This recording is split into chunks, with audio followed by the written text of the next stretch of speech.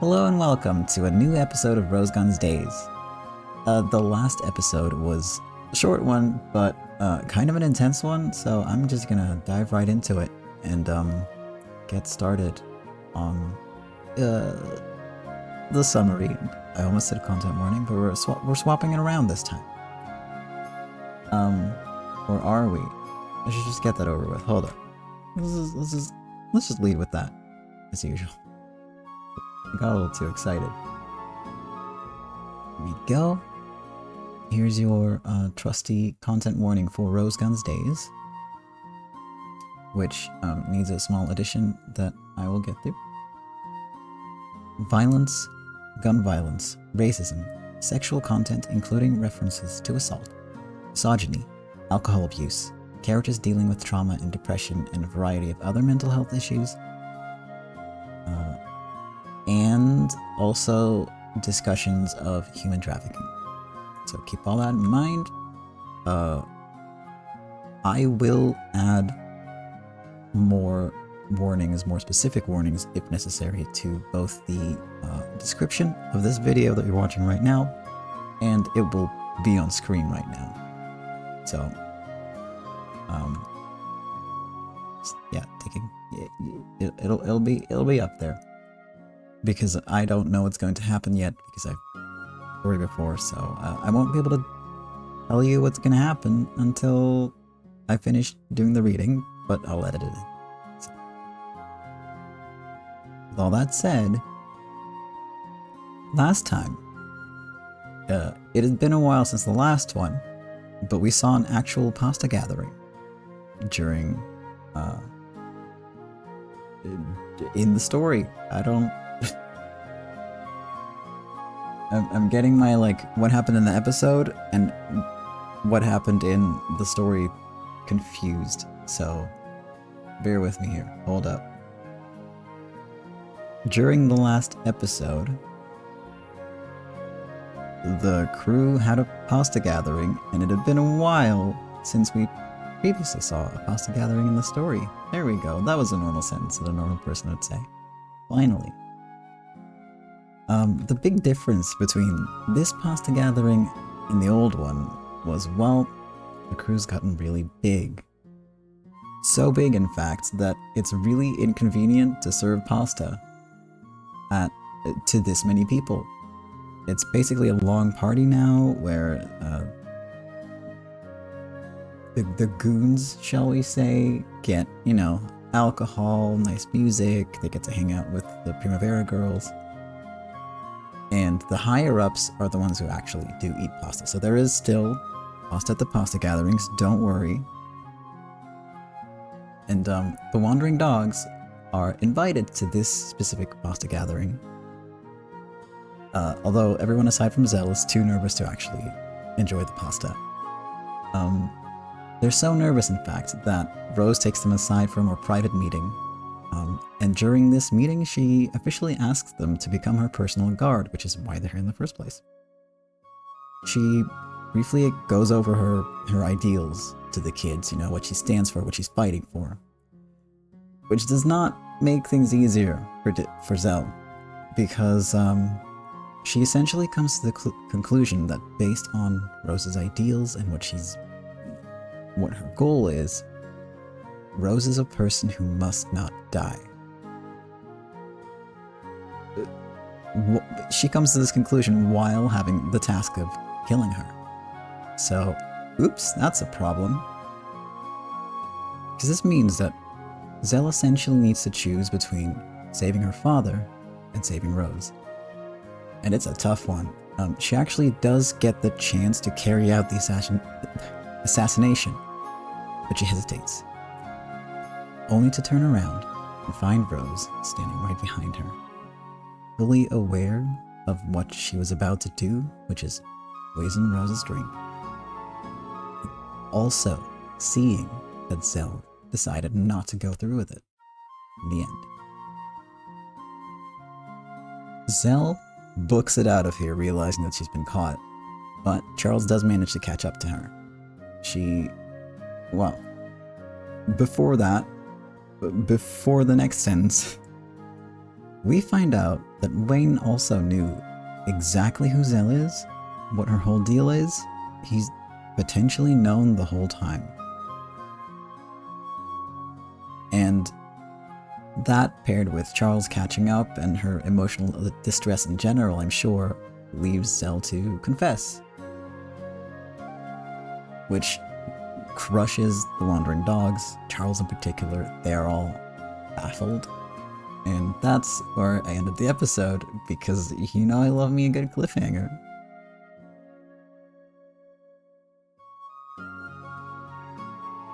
So, yeah. Let's resolve that cliffhanger today.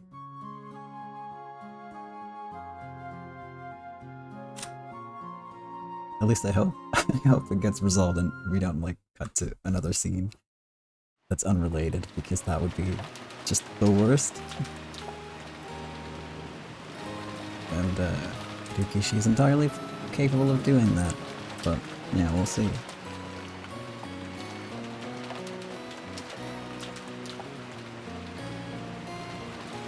Hold on, I gotta get ready for the Charles voice.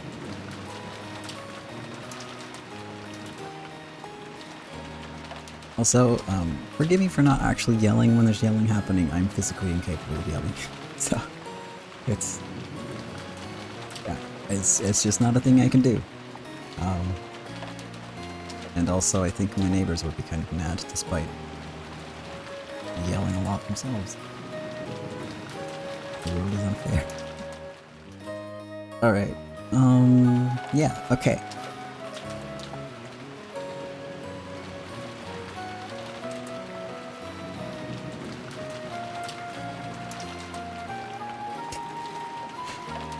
Listen, the prep takes a while, okay?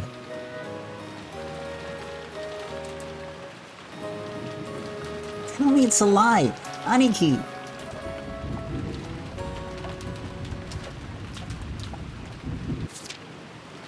Oh, right, it was a scene break. Hold up. Chapter 4. One's next move. Yeah, this is where we went. Where we ended up.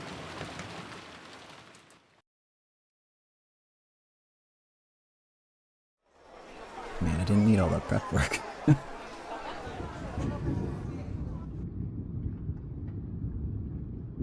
Is this a new location? Also note that the exact thing that I predicted would happen has happened, leaving us all in suspense. The sky was a leaden gray. It might start pouring any moment. There was already a downpour over City 23. Clouds seemed to be just on the brink for City 22. The GDS. The Chinese mafia based in City 22. Its influence stretched beyond its control over City 22, and was currently encroaching on the neighboring cities by extending Chinatown. That influence was prominent among the underworlds across Tokyo's independent cities, and you could probably put it at the top of the list of Eastern Japan. However, the position of its leader was empty at the moment. Its previous charismatic leader, Sun Jilong, had passed away. Management of the GDS had been taken over by the Council of Elders, which had once been a group of advisors. Normally, the position of leader should have been passed to his son studying overseas, Sun Jilong, immediately following his death. The son's name is spelled the same as the father's in English, but pronounced and written differently in Chinese. And yeah, I don't know enough about Chinese to convey that in my pronunciation. So forgive me for that.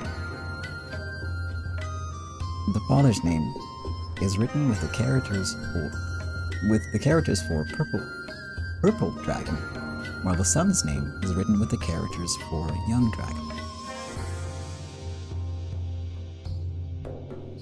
However, because Jilong was a minor at the time, the Council of Elders decided on its own that it would run the GDS as his representative until he gained sufficient virtue. In actual fact, Sun Jilong was still young, and though his high school grades were excellent, he still had a long way to go before he'd be ready to sit on the throne of the Underworld's king. From that moment onwards, the GDS split into two factions. One was the former leader's faction. Members of this felt that Sun Jinlong, the young lord, was the only inheritor, and that the council had simply been acting as a temporary representative. The leading member of this group was Li Meiju. These young VIPs, whose talents had been recognized by the former leader and who had been placed in high positions, still felt obligated to him and swore loyalty to his son. They were young, but their talent, as had been recognized by the former leader, was the real thing, and they had enough power that even the Council of Elders couldn't ignore them. Of course, their leading member, Meiju, was a young dragon whom the council had also been watching and fearing. Well, hello there, my brother. Good day to you. Oh, if it isn't little May. So, you've come here. It's a bit early, but I was thinking about having dinner now. Would you care to join me? The other faction was the council faction. It was made up of people who claimed that the council had real power over the GDS. By their interpretation, when the young lord had acknowledged that fact, a bloodless transfer of power had in fact occurred. To them, the young lord and his followers were too young. Those in that group were much lower on the scale of seniority, which gave people the right to have their voices heard, they claimed. In addition, they thought the existence of a former leader's faction would eventually become a source for discord, so they were always looking out for a chance to purge it. Its leading member was Wang Yuanhong. My apologies. I've already made plans for dinner. Now there's a surprise. At this time, you've already made plans? Oh, did you eat a late lunch? Embarrassing as it is, I must take better care of my health. Lately, every time I ask you to a meal, my timing's always been rotten, hasn't it? I wonder if the fate of the stars is driving us apart. I am certain nothing of the sort is the case. It was a farce. Even Wang didn't really expect Meiju to join him for a meal. It was light sarcasm that was half a greeting. Back when Meiju was Wang's subordinate, he'd been taught the ways of the underworld. However, they were now representatives for their respective factions. Difficult word, representatives. On the surface, it appeared that their old teacher-pupil relationship still continued. However, both Meiju and Wang were calculating inside their heads how to take down and bury their opponent if he had ever let his guard down.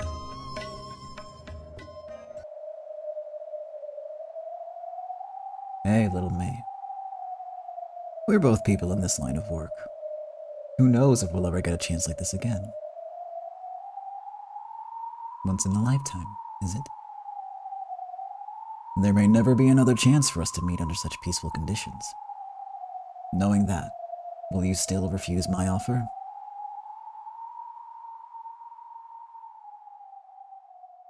Wang had been the very first to recognize Meiju's talent. Because of Wang's recommendation to Sun Jinlong, the father, Meiju's path to advancement had been opened. That was why he really wanted Meiju close. However, Meiju didn't feel attached to him anymore. With a light laugh and a sigh, Wang spoke in Japanese. Nearly everyone here spoke only Chinese. So, the words said in this moment passed only between Wang and Meiju. Little Mei, I'll use this soy sauce war to completely take over City 23. Soy sauce war? How grandiose. All Wang had done to Primavera was to stick to some businessmen and divert some soy sauce. Surely, the term war was far too extreme. However, Meiju understood. He knew that this was just a preliminary test. Wang had already secretly begun a massive plan, which started with bargaining for soy sauce. His abacus had already predicted an ending where Primavera would be cornered and forced to surrender. Madame Rose is wise. I'm certain she won't make the wrong decision. Ever since the fight with the Caleb family, no matter how thorny a path she's had to walk through, she's always prioritized the profit of her countrymen.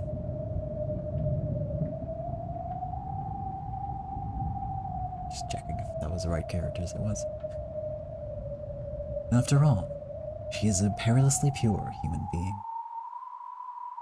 And at the same time, she's rather shrewd. Once she's reached a decision, there's a danger of her doing something so outrageous that I couldn't even imagine. After all, though she did have our support, she's the woman who decided to raid the Kayla family with just 7 people.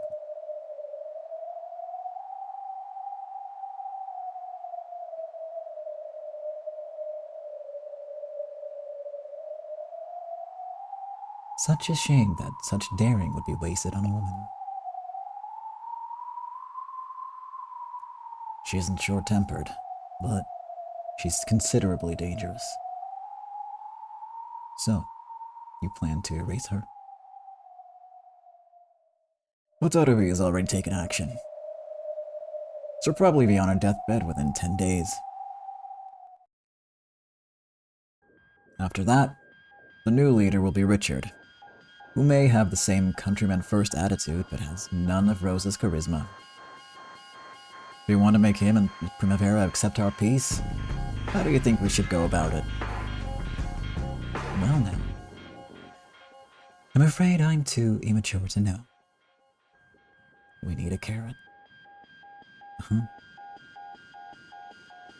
Richard is wise. He'll soon realize that, logically, the best strategy to protect the lifestyles of his Japanese countrymen is to join forces with the GDS. But he's short-tempered. And on top of that, he doesn't have the necessary charisma to hold all of Primavera together. In the underworld, charisma comes from tales of valor. Madame Rose gained that by defeating Father Caleb. If we give Richard something similar, he'll gain charisma, control Primavera, and convince Primavera. I think it's better if the war ends with both sides claiming they've won.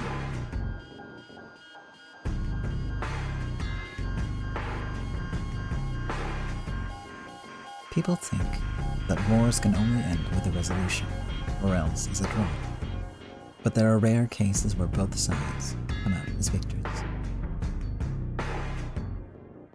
This goes into the future, but in 1979, after the Sino-Vietnamese War, both sides declared that they were the victors. When Vietnam invaded Cambodia, which China was supporting, China invaded with 100,000 troops on February 17, 1979. On the other side, Vietnam resisted with a mere 30,000 troops, who were the elites who had survived the Vietnam War. After a few weeks of fierce fighting, the Chinese military ordered a retreat on March 6th. The war ended. Vietnam declared victory because it had repelled the enemy. On the other side, China treated the invasion as a war of punishment against Vietnam for attacking their ally, Cambodia. So, having given Vietnam a suitable punishment over a few weeks, they withdrew and declared victory. I wanted the curtain to close on this war of mine with both the GDS and Primavera as winners. First, we will force Primavera to thank us as our subjects and gain practical profit, making it a victory for us. And Primavera? As a result of their conflicts with the GDS, they fought a good fight and forced a reconciliation from the GDS, achieving victory in a practical sense. That's how we'll leave it. They managed to force a peace from one of the 5 largest groups in the Tokyo underworld. It should be a more than sufficient war gain for Primavera. Of course, it'll also be a big war gain for Richard. It will give him prestige and charisma. And most importantly, it will give him a valid reason for coming to the negotiation table with the GDS. I see. So, instead of special offers windows stolen from him after defeat, it'll be a special offers window transferred as a result of the peace they've won. But, Aniki, if we give him a carrot in such a manner, won't someone on the GDS's side need to be sacrificed? You think so? Well, we'll figure that out when we get there.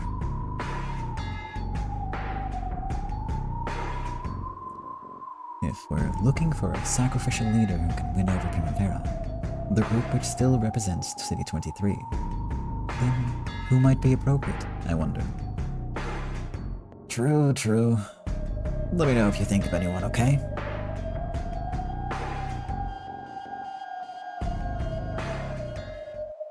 That glare. Meiju had completely figured it out.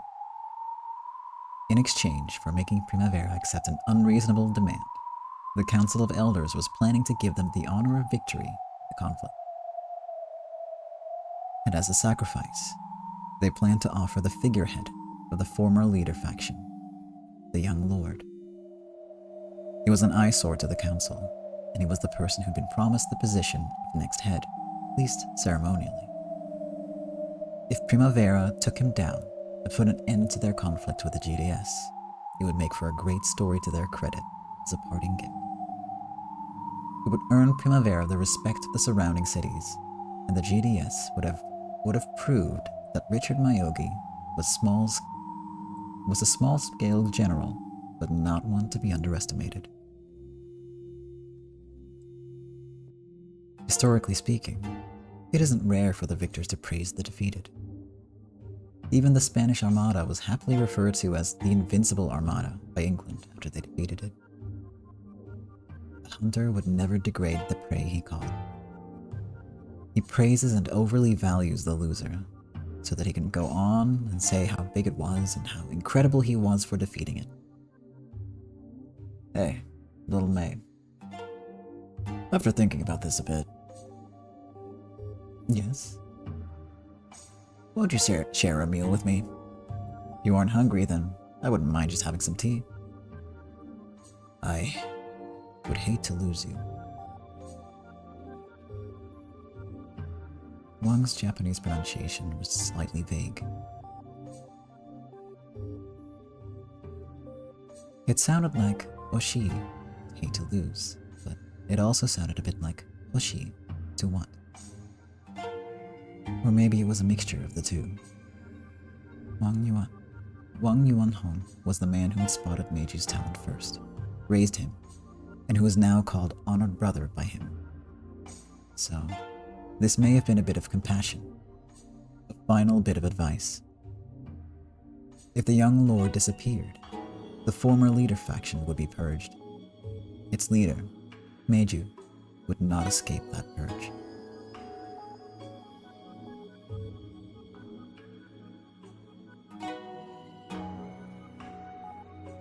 Forgive me, honored brother. I have some pressing business to which I must attend.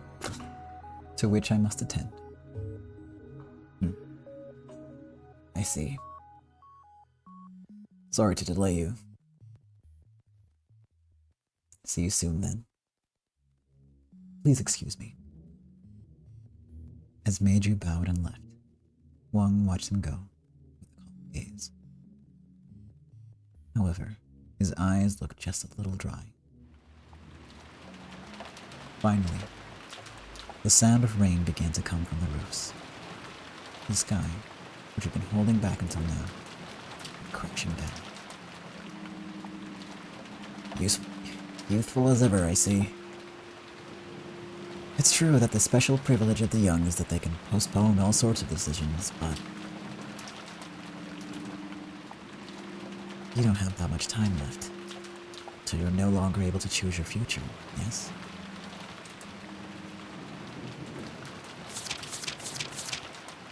Chapter 5, The Assassin.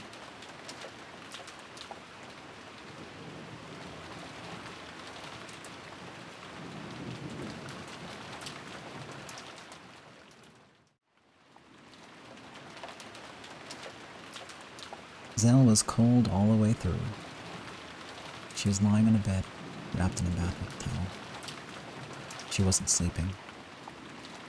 However, she just stared up at the ceiling, wordlessly, like a doll. I can't believe it. To think that Zell was an assassin after Madame Rose's life. Charles muttered something about how he hated Aniki for saying stuff like that, faced the other way. Nina sat on a chair at the side of the bed, absently staring at the ceiling like Zell. True enough, the poorly matched ring that had been removed from Zell's finger contained a contraption in it. A contraption that could drop a single pin so that no one would notice it.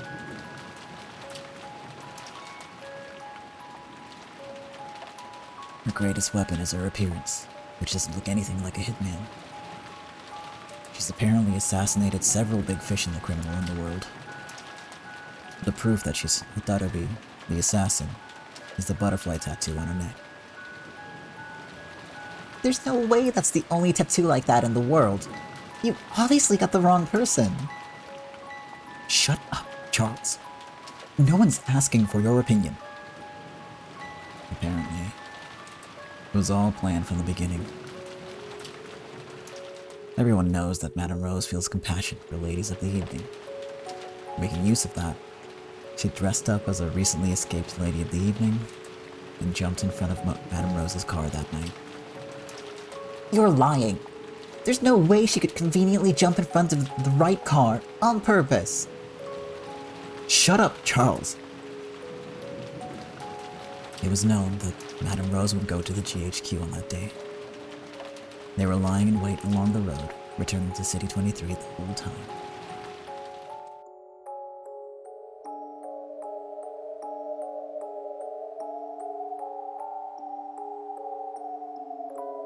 Mafia man speaking in Chinese, getting a reply from his mafia friend. Zell replying. I would need you lot to give us a good villain act. This girl's a lady of the evening, and she's escaped from your store.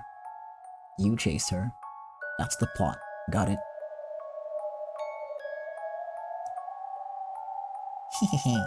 No problems here, China.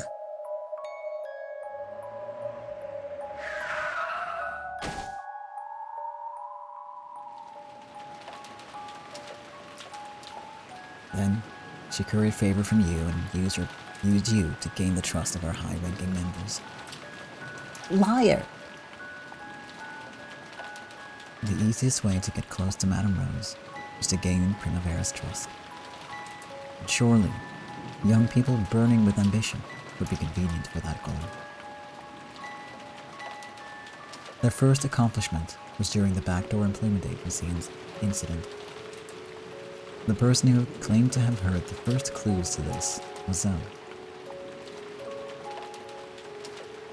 It may always have been a farce set up by the GDS to give Zell credit. And even the assault on Chiba may have been a farce for her to earn credit. Though the scale of the assassin's attack had been large, the locations they had moved from and their timing had been clumsy on closer inspection. They had obtained considerable firepower and even grenades, but the timing of their use had been pathetic. Almost as though they had been intending to fail to give someone else credit. Liar! Liar! Liar! Liar! Liar! It seemed Oliver no longer had the willpower to tell Charles to shut up, no matter how much he wanted to protect Zell. That ring she had worn was proof. Well, I'd been thinking that our group of 3 losers was sailing a bit too smoothly lately. Even though our luck had run out long ago, we just kept getting lucky over and over. I've been thinking about that. Don't say that! Aniki Wayne's just jealous of Zell's accomplishments, so he's talking nonsense.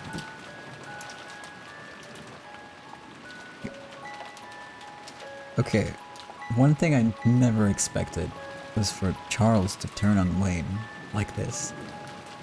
Like, I get that he's just kind of in denial, but man.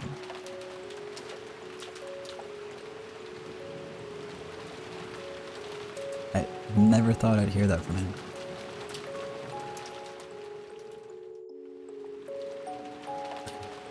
I don't know what to think.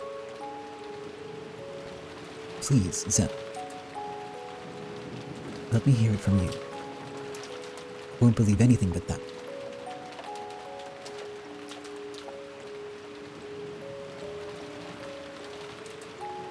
For a while, Zell remained silent. However, her gaze wavered uneasily. Eventually, she hung her head as though resolving herself.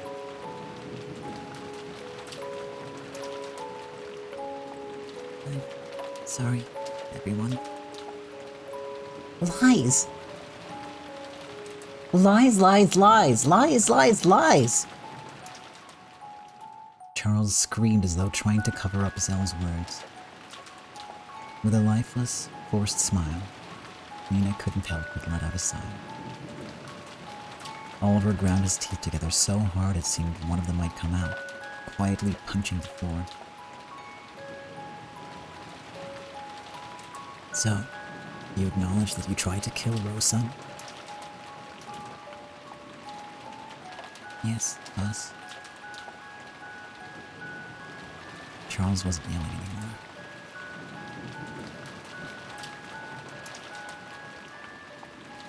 However, he pounded his fists against the wall over and over again. So, you're just dumbasses who've been fooled all this time? So, you were lying when you said you lost your memory too? No, that part alone was true. In order to fake a coincidental accident, it had been necessary to put her body at risk. Zell, who couldn't afford to waste his one-time chance, had been half forced to prepare herself for what might become an actual traffic accident. So, you really lost your memory in that accident. I wonder, how can we know? Shut up, Nina. Don't interrupt Zell.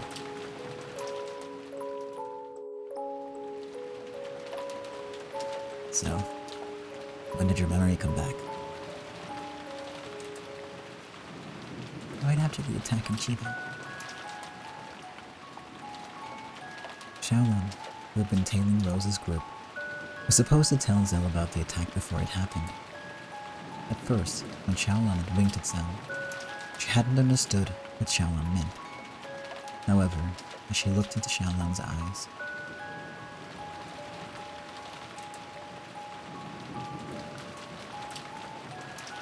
I heard that Charles had figured it out because he noticed that they didn't smell like the sea.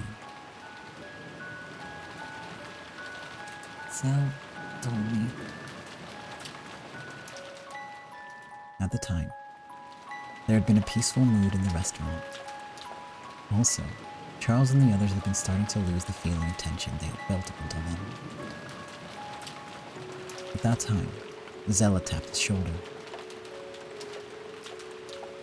She said we shouldn't let our guards down. She asked if the people who just came in did look a little suspicious.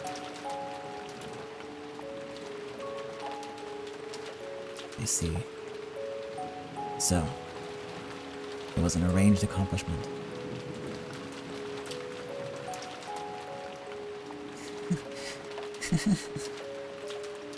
I thought it was strange. What was? What was strange?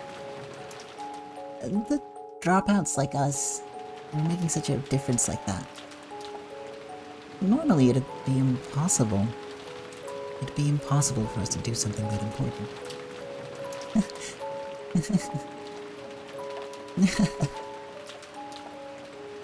Don't laugh.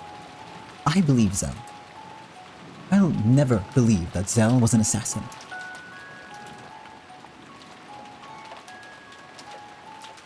I'm sorry. Everyone. I'm sorry. Zell bowed her head and sobbed. Oliver and the others could do nothing but stare, with shameful expressions on their faces.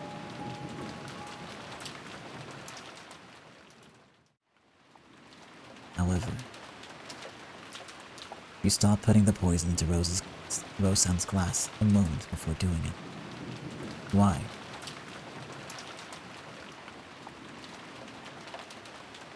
I thought that this was a person who must not die.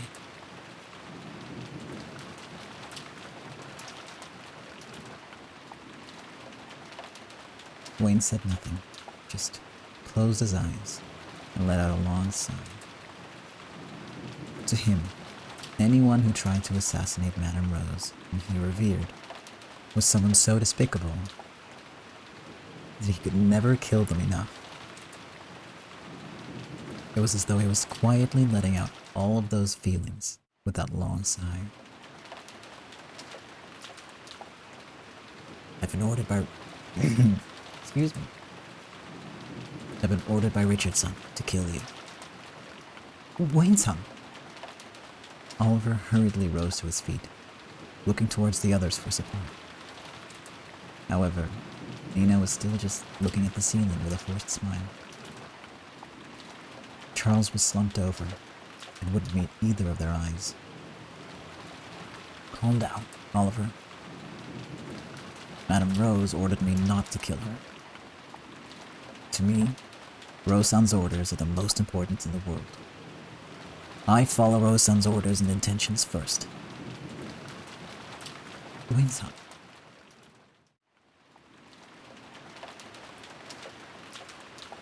Zell, leave this city. Never show your face here again. The next time I see you, I'll shoot without mercy. Yes, boss. Wayne pulled several bills from a wallet in his shirt pocket, then threw them. A farewell gift. With your looks, you should be able to get by wherever you go. What a shame. After saying just that, Wayne put on his check. He left the music store without another word. It had probably been a shock for Wayne as well. Okay, so they didn't know the whole time. Just they've known for a while.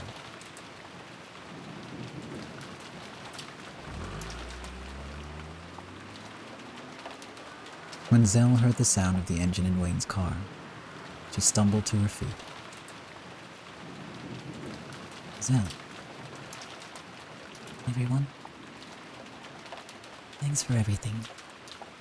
I'm sorry for deceiving you.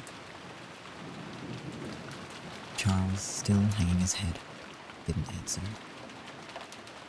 Nina gave a faint, forced smile, but her gaze never left the ceiling. There was some reason, right? Some reason you couldn't disobey them.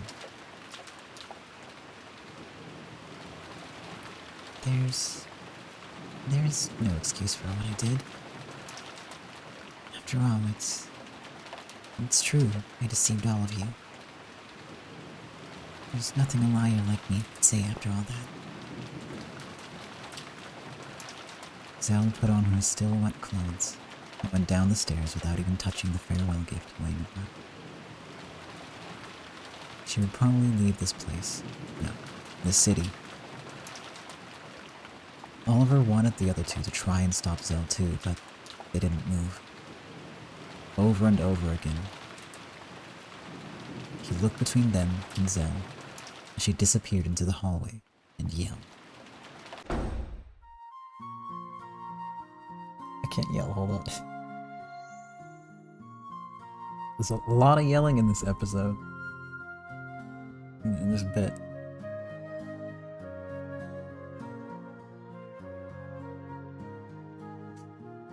Are you two okay with this?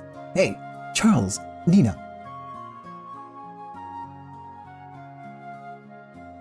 Sorry, Oliver. What do you mean, sorry? Don't apologize to me. I'm also not sure what's going on. I like Zell. I still like her. In that case, And that's why I don't know. I'm dumb after all. This empty head of mine doesn't have a clue what's going on.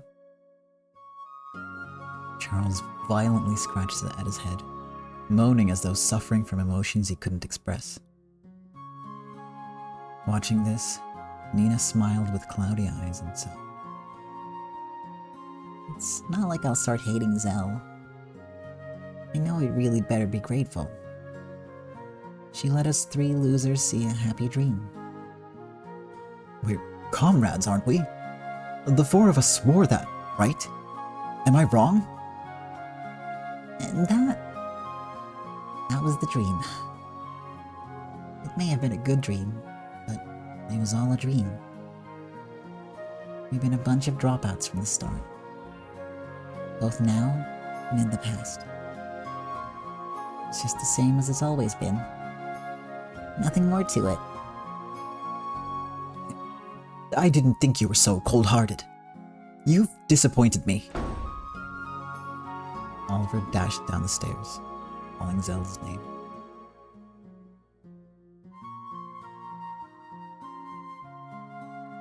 Pause for hallway yelling. Hold on.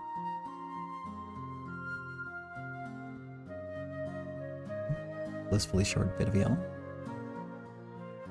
After that, only the stunned pair remained. Zell! Zell! The rain had grown stronger. Zell was nowhere to be seen. Oliver yelled as loud as he could, but it was swallowed up by the wind and rain and vanished.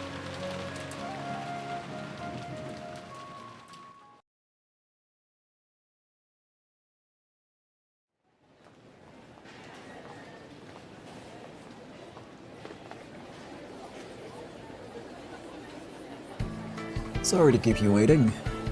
The embargo on Satomi soy sauce is now being lifted. The crowd of people filling the shopping district let out a cheer. They had been waiting for this day. We've been waiting for this. Please sell it quickly. A whole bunch of it came in this time, right? You realize how long I've been in line? Start selling it already. The hell do you think you're doing, bastard? Don't you cut in line! Angry yells seemed to be drowning out voices of anticipation. People were in a frenzy, determined to finally get their hands on some soy sauce. 1 bottle per person. Thank you for your cooperation. Whoa. Alright, I've been waiting so long for this soy sauce. Here it is. Just what I wanted. Hey, get a move on. The line's hardly moving at all. Please don't push. We have a lot of soy sauce, quite a lot. Please remain calm. President, look at this line. If we raised the price a bit, we could have made a bundle. Fool. Just shut up and sell at the price Primavera told us to. I'm not getting a second chance. If something happens again, Cyrus will really tear me to pieces this time. Even the evil president who'd been trying to sell soy sauce on the black market was apparently trying to make an honest sale this time. It seemed he'd had a change of heart, for the time being, after being thoroughly threatened by Cyrus and the others. Furthermore, that incident had ended up getting leaked to the other businessmen. This time, It seemed all the businessmen would obey Primavera's orders. Hey there, President. How's it selling? If it isn't Cyrus-san. As you can see, business is booming. We're doing good, honest business. Nothing suspicious going on here. I know. I can attest to the fact that you're doing clean business this time. Hey, President. Don't go thinking you can fool Richard again. Got it? When Richard gets serious, he'll start calculating everything, including how much toilet paper you use.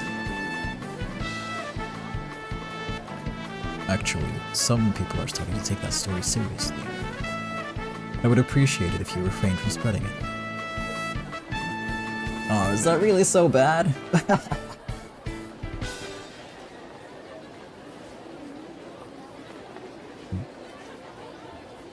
What's wrong?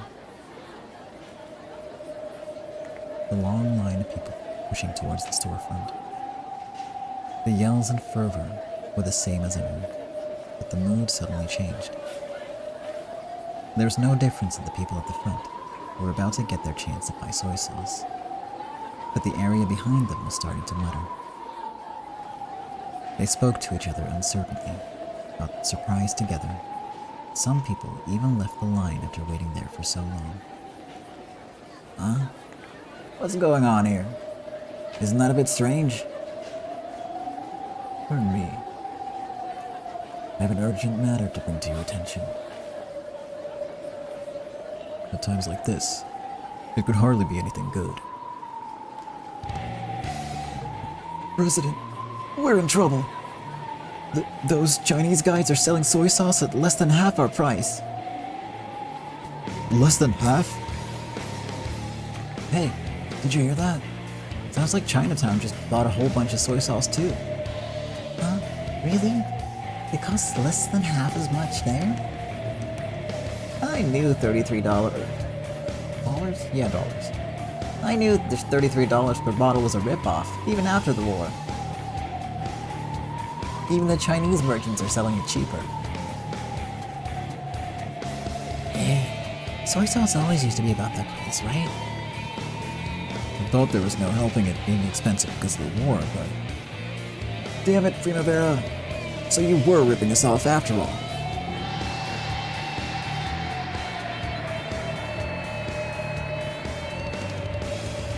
This is the end of the line? Can we really buy soy sauce for cheap? Chinese chatter? Oh. The Japanese are more than welcome too. We won't run out no matter how much you buy, so don't push. Incredible. There's a mountain of soy sauce. Incredible. Chinatown now, there's a major country for you. What? Sure, let's roll with that. Hey, what's going on here? At this rate, Madame Rose's soy sauce won't be able to sell. Damn the GDS. Playing us for fools. Chinatown was filled with Japanese people. The storefront was lined with stacks of soy sauce bottles. Of course, they weren't Satomi Alliance bottles. They had no labels, nor from unknown origin. However, there was an overwhelming quantity, and the biggest factor was the price. Primavera's soy sauce cost 3 times as much as in the old days. However, in Chinatown, they were selling it for almost pre-war prices. It was clear which ones would be chosen by the poor Japanese consumers. Lane-san, this way. They're mocking us. In a shopping center side street, there was a huge line of people. At a glance, it looked like a line of people wanting soy sauce, but they were all holding soy sauce bottles. And not just 1 or 2. Some were even carrying more than a dozen in wooden boxes. What's this line for? Why are they in line holding soy sauce? At the front of the line, some men who were obviously with the GDS were calling out in Chinese and Japanese. We're paying big bucks for Satomi soy sauce, which went on sale today. Come on in. Hello, Japanese.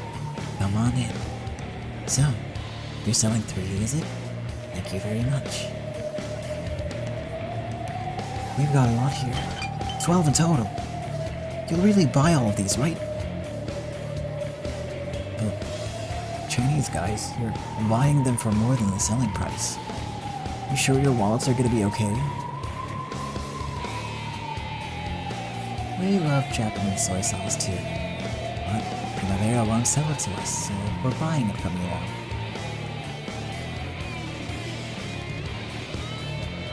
You guys are really helping us out. Oh, so the Chinese like Japanese soy sauce too. Then there's good times coming for both of us. Not bad, not bad. What? Hey, I'm sorry, is this something like blatantly obvious? That's suspicious though? Like, why would they buy... What? I'm confused. Like, what's stopping them from basically watering this stuff down and then selling it back to you and just keeping that loop going while draining the supply? Like, and if they're buying it because they like it better, then that kind of implies that the other soy sauce, the cheaper soy sauce, is worse. So why would you still want it? They're kind of, I don't know. I feel like they're shooting themselves in the foot with this plan, but maybe I'm wrong. Yes, here's your money. If you bring us more and more, we'll buy more and more. Alright, back for another round. Let's buy up Satomi soy sauce. Judging by their conversation, they were buying up Primavera Satomi soy sauce at double the price. In other words, anyone could make some extra cash by buying soy sauce and bringing it to Chinatown. There were a lot of low-level laborers, but there was the kids and housewives who stood out. The line of Japanese people and the amount of soy sauce they brought grew and grew. The number of people bringing carts of the stuff grew as well. There's even women and children. It's understandable. No fool would choose not to pick up the money lying on the ground. Damn them. That's the soy sauce Madame Rose brought back with her for the sake of her countrymen. Hey, I bought some of their soy sauce, but try tasting it. What? It's soy sauce, right? Wayne stuck a finger in and licked it. The smell alone was certainly reminiscent of soy sauce. However, there was nothing but substitute soy sauce. It only somewhat resembled the real thing, had a chemical tingle to it.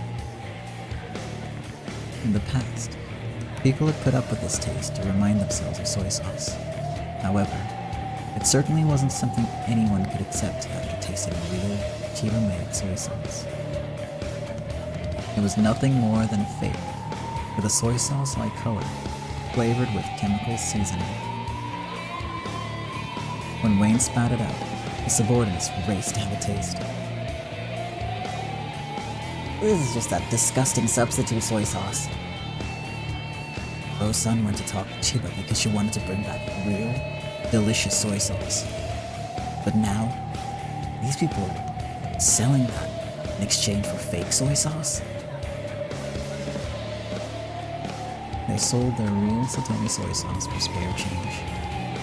If they wanted soy sauce, they bought the fake soy sauce at the bargain. No one was trying to buy real soy sauce to use in food. Damn your GDS. Trying to tear down Rose-san's ideals. Oh, Wayne-san. It's rare for you to visit us in Chinatown. Bastard. As the men started to lash out in anger, Wayne wordlessly stopped them. Looks like business is booming. Thank you. Business is doing quite well. Have you come to buy some too, Rinso? Please buy delicious, cheap Chinatown's soy sauce. Go away. Even dogs wouldn't eat this disgusting soy sauce. Trust me, I would now. I am one. But it seems that the Japanese are buying a lot of this soy sauce that even dogs wouldn't eat. On the contrary, they keep coming to sell their Primavera soy sauce to us. Now why would that be? Obviously, our soy sauce is more delicious. Looks like soy sauce a dog wouldn't eat is just perfect for the Japanese palate. Serious? Okay, but this plan will work for like a day or two, and then everyone will be like, well, okay, but this is the same garbage that we used to buy. So, you know, I don't know, I think long-term this plan wouldn't work, but I also don't think they need it to work long-term, because by buying up the supply, you're going to like wreck any opportunity of people getting a chance to actually buy it. Right. And actually use it, and realize, oh, this is the real stuff versus the chemical stuff. So you're just screwing them over. Yeah, it's a good plan, because it also like relies on hype, mob mentality, people rushing over to, you know. Yeah, no, it's a good plan in that sense. Because in that kind of environment, people will just kind of ignore the logic behind it and not really think further. Yeah. Scary.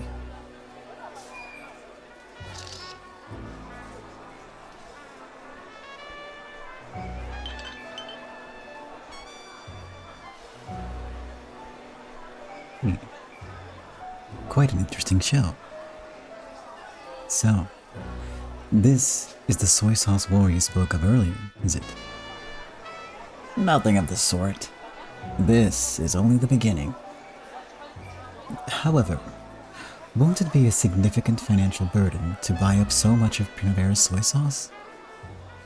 It's an investment. Now, for calling this the soy sauce war, one might consider it bombardment. See? Before sending in a rush of foot soldiers, you start by bombarding the enemy lines beforehand, right? So, after this, you'll rush forward and overpower Primavera in one swoop. Before long, Madame Rose will retire thanks to an unfortunate illness. Primavera will fall apart. After that, everything will proceed according to my plan. I'd expect nothing less from you, honored brother. A splendid show. However, Meiji was chuckling inside his heart. He had already warned Madame Rose about Hotarubi's assassination attempt beforehand. That's how they know! My boy pulling through. And I expected nothing less, I'll be honest, but yeah, it's good to have confirmation. At some point, I think it was during season 2, I actually said, oh no, that's like he's tripping a death flag or something right now. We'll probably never see him again. And I was so wrong about that, and I'm very happy about it. I'm happy that I was incredibly wrong. He'd even received a report that she had avoided the attack. He mustn't allow matters to proceed according to the Council faction's plans any longer. The Council faction was scheming to purge the former leader faction, so he couldn't allow them to rack up any more accomplishments. That was one of the reasons why Primavera was still useful to him. Yeah, I bet that's not the only reason, though.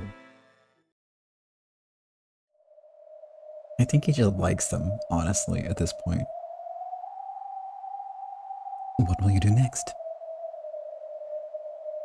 I want to surprise you, so it's a secret.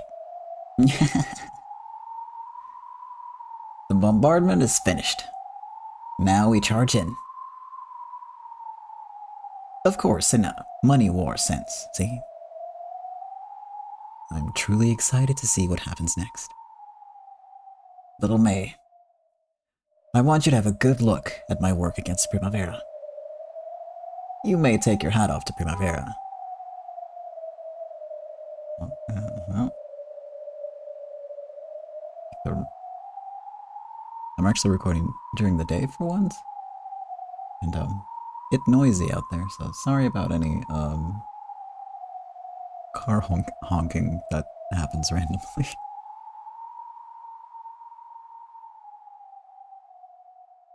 You may take your hat off to Primavera, but I will win them over in a heartbeat. I wouldn't call that winning over, but alright.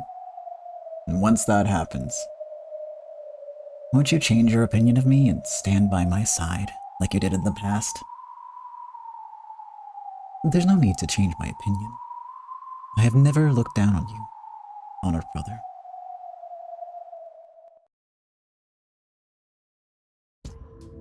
If we join forces, we'll be able to do whatever we like with the GDS in the future. I eat and drink too much, so I probably won't live too long. After that, you'll become the king of the GDS. That future isn't beyond your imagination, is it? I am not the man to fill such a role. Pardon me. The car has arrived. Got it. Thanks. I'd better go now. Take care. Even without your urging, I'll be watching you at work. Little May, why don't you make a little bet with me? Oh? Over what? If I win this war, Little May, become mine once again.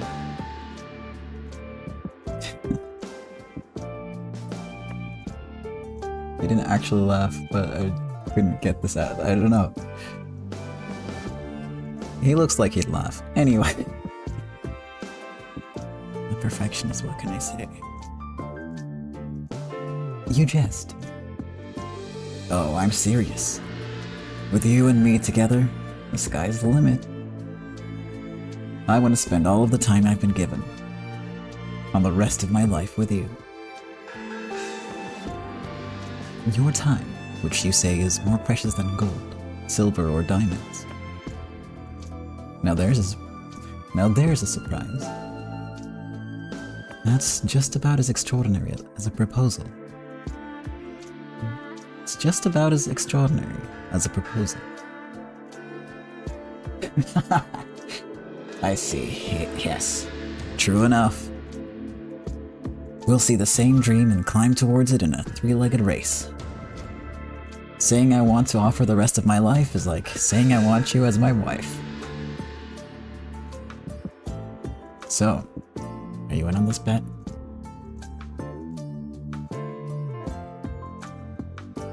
If I stand to gain something from winning, yes. Ah, right. That. Wouldn't be fair without that. Sure.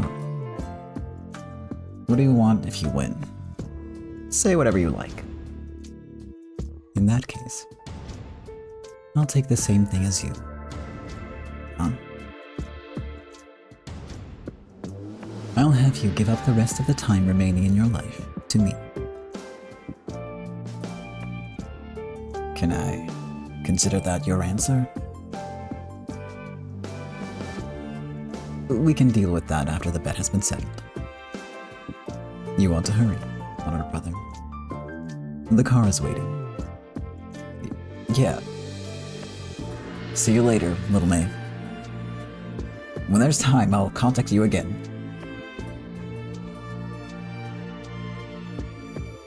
Meiju bowed deeply until Wang passed from sight.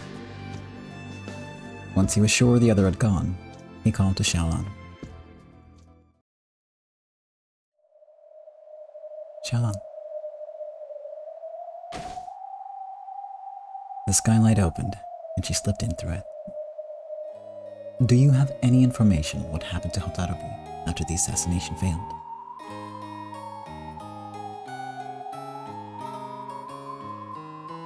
It it would be troublesome if Wang easily caught wind of the assassination's failure. After all, it was possible that he'd realized that Meiju had leaked the information. Of course, Meiju had impressed upon Rose the importance of making sure the information wasn't leaked.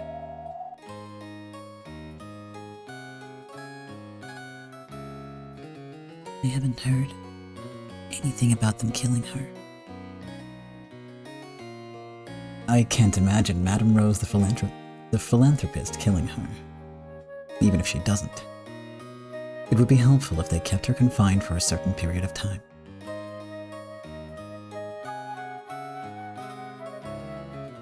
Watarube's friends have been looking for her all this time.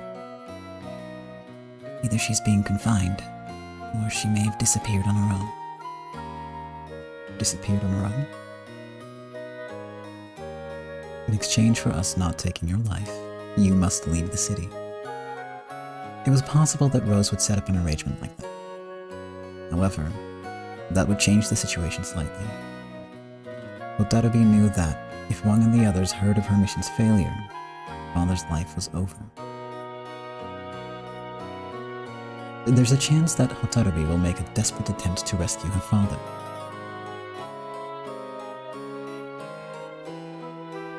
Interesting. In that case, it may be amusing to have her do one more job along the way. No. I'm not considering giving her any more cruel treatment. I just thought she deserved a bit of a reward after all the hard work she's done.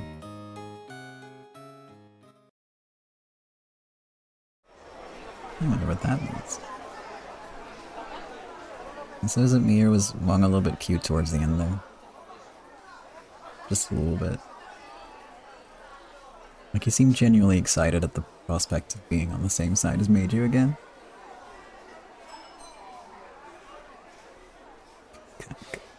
Kinda cute. Kinda.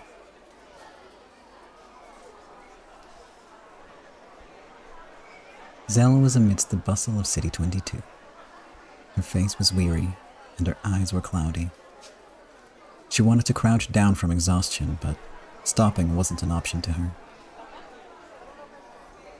News of her mission's failure could reach them at any time.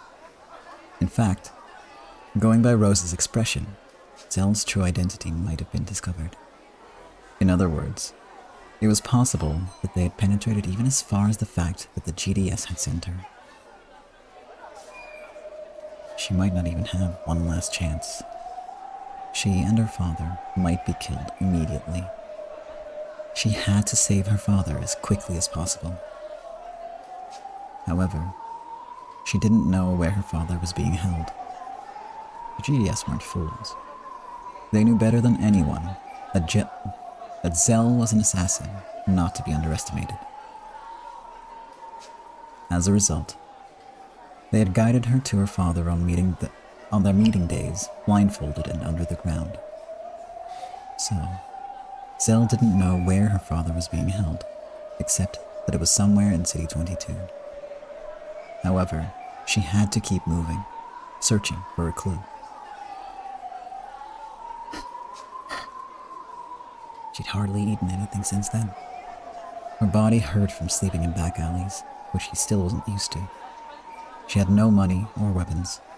She had no information. She had no comrades. If I don't move fast, he'll be killed. Father will be killed. There's no time.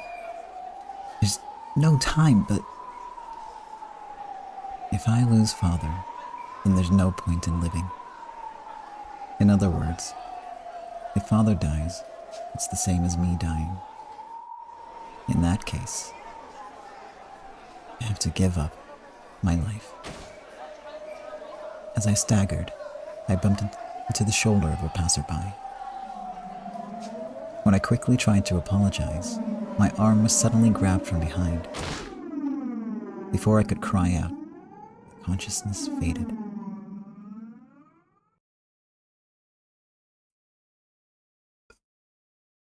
Oh my god.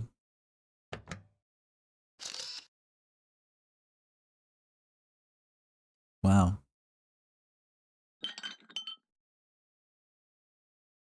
This is a really mean stopping point, so I won't.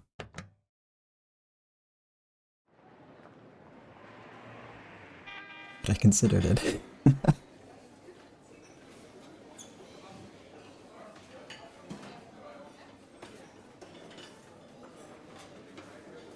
Okay. Getting ready for the Meryl voice. Hold up. Now there's a new way to be a bully. Pisses me off.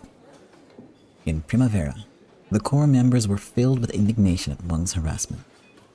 The circulation of goods, thanks to Rose's goodwill, wasn't penetrating at all. It felt like pouring water, or soy sauce in this case, into a dry sandbox.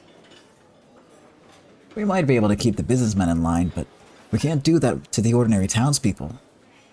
All those housewives and such are really selling that delicious soy sauce and buying that terrible soy sauce? That's so dumb.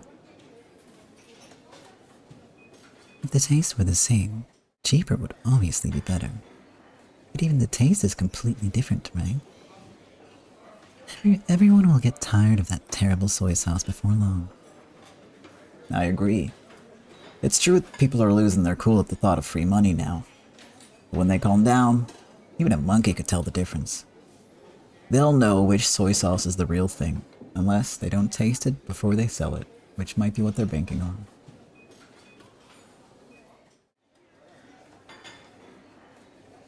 You guys wouldn't buy that disgusting soy sauce, would you? Right? Yeah. Of course not. Once you know the taste of real soy sauce, who could eat the substitute stuff? If I had to choose, I'd pick the real thing, right?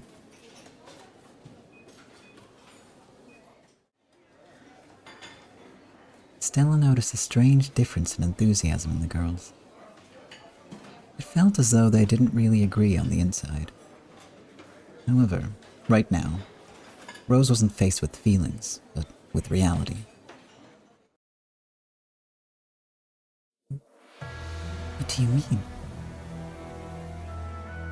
Well, it's just... you know. Of course, I think it's wonderful what you're doing. It'd be great if we could purchase more soy sauce. But when you cook with soy sauce, you have to use a lot. I hate to say it, but at the current prices, it's too expensive to use in a restaurant. As Claudia spoke for all the merchants, they nodded uncomfortably. Japanese merchants working in food and drink had also established a union. They did this so they could buy in bulk and lower the prices as much as possible. Nearly all such merchants in City 23 participated in this union. So if they could make a bulk purchase of soy sauce, that should have given a favorable tailwind to soy sauce circulation. Ladies and gentlemen, the more soy sauce in circulation, the lower the price will become. It's true that the current price is 3 times what it used to be. We understand that it's too expensive. However, that high quantity will support capital investments in the soy sauce industry, and it will become possible to produce mass quantities of cheap soy sauce again.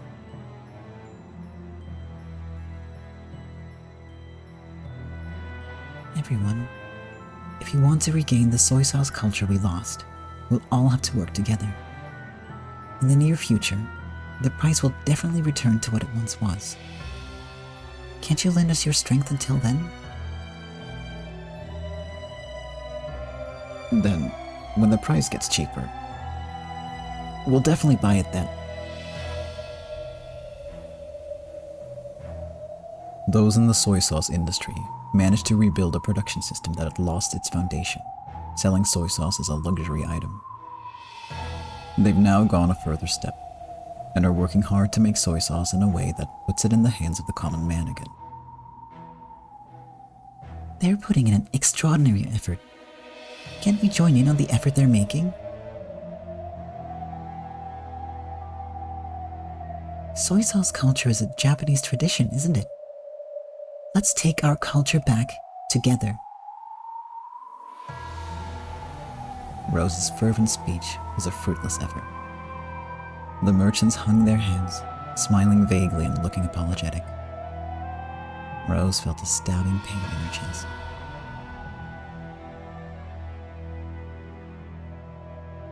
Pause for hallway Ellen.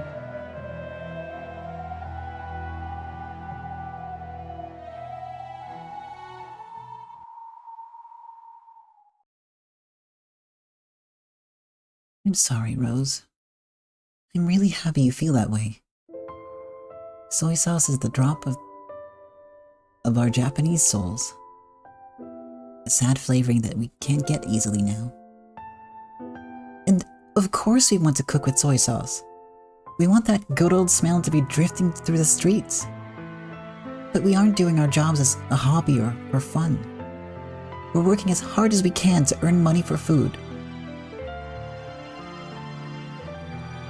I think your idea that we should all work hard together is admirable, wonderful.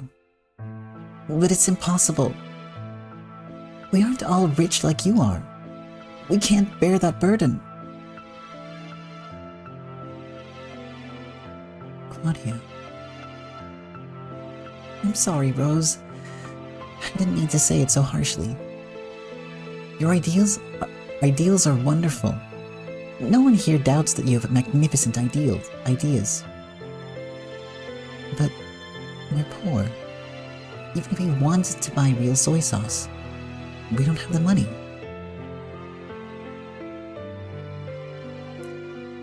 And so, you're going to buy the bargain substitute soy sauce from Chinatown? Well, it's cheap. After all, we're in a soy sauce boom right now. If we offer soy sauce cooking, it'll sell like crazy. So, if it sells like crazy, then cheap fake soy sauce is good enough for you? Richardson, on that point, even we were cooking with real soy sauce at first. At first, everyone remembered the good old days and ate it. But our sales went down right away. After all, it's expensive. It's not something you can eat for a laborer's wages unless they won a big bet that day or something.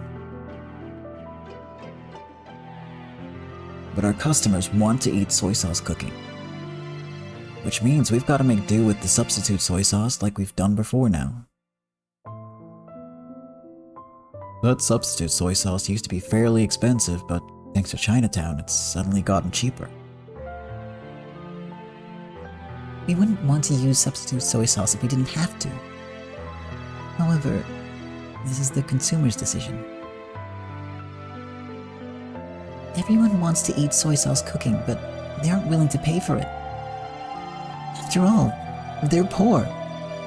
They're more concerned about money than culture or Japanese spirit. In that way, soy sauce will go back to being something only for a few rich people, right? This is a chance to use everyone's strength to regain our soy sauce. Rose, that isn't what the Japanese want right now. They want to eat until they're full. They don't care how it tastes. And most importantly, they want to save every dollar they can. That's all. If I put my heart and soul into making a donburi, and there was pig feed you could eat for $1 next to it, 100 out of 100 people would choose the pig feed. That's what the Japanese are like now. As Claudia passionately said her piece, tears streamed from her eyes. It wasn't clear what had gotten her so fired up. It's not? I thought that was pretty clear. However, Rose could guess. Claudia would never refuse to support something her closest friend was trying to do. Even if the cost is a little high, the Japanese people will choose the taste of real soy sauce. Even she had believed that. Fake substitute soy sauce is good enough for those people. They don't have any tongues. They claim that they're able to tell how things taste, but all they look at is the price. It's impossible. None of the Japanese people have the common sense to buy delicious things. Well, nor the money, apparently.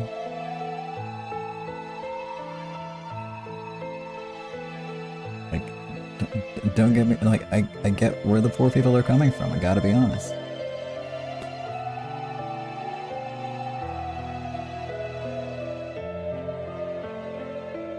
Kurosaki-san, that's enough. Madame Rose, now isn't the right era. There's that proverb saying that poverty brings simplicity. Right now, the Japanese don't have enough extra money to spend on culture and good food. Yeah, those are luxuries, ultimately.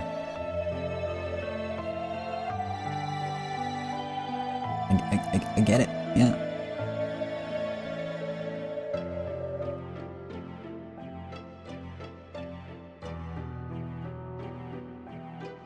During the Meiji and Taisho periods, when Japan was still prosperous, it's true that the Japanese treasured quality. As the saying, "you get what you pay for" suggests, we used to hold quality in great esteem. The Japanese are fastidious after all. Japanese agricultural products are still of high quality and held in high regard. Hey, Julie. You shop at supermarkets too, right? When you do, if you have a choice between Chinese vegetables and domestic vegetables that cost 2 to 3 times as much, which do you buy? When you have a choice between American beef and domestic beef that costs 2 to 3 times as much, which do you buy? Well, once you put it in your mouth, the taste is pretty much the same. And it seems dumb to waste money on the same vegetables for nationalistic ideas. Though, when you hear about things like PM 2.5, hazardous agricultural chemicals, and mad cow disease, it's scary sometimes. Price is important, right? The average person doesn't have enough leeway for unneeded expenses. Poverty brings simplicity, just as the proverb says. When the Japanese lost their country, quality became secondary. They began to decide everything based on price. At this time, high-quality Japanese agricultural products were treated as high-grade vegetables, and most were exported to wealthy people in China. On the flip side, large quantities of so-called poisoned vegetables, those mass-produced products with harmful chemical fertilizers created by low-wage labor in foreign countries, were imported. As far as words went, people valiantly said that they'd never eat poisoned vegetables. However, there was nothing else to be found on supermarket shelves. Only a small quantity of high-grade domestic vegetables was available. The reason goes without saying. Consumer demand tells all. If it won't sell, it fades away. That's true for traditional culture and everything else. Madame Rose was able to see it. She saw a future where the Japanese people, who had grown simple due to poverty, would eventually lose all of their culture.